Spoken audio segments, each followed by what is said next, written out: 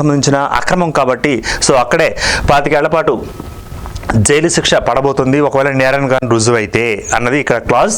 So లంచం ఇచ్చినందుకు 5 ఏళ్లు, మోసం క్రింద 20 ఏళ్లు, మొత్తంగా 25 ఏళ్ల జైలు శిక్ష ఆయన పడనుంది.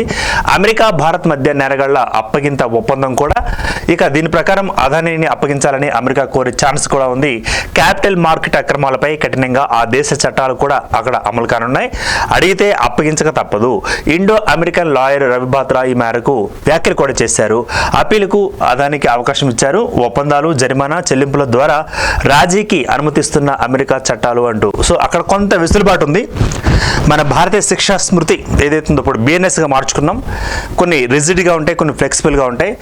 అక్కడ అమెరికా దేశంలో ఇంకొంచెం ఫ్లెక్సిబిలిటీ ఉంటుంది, ఇంకొంచెం సరళత్వం ఉంటుంది.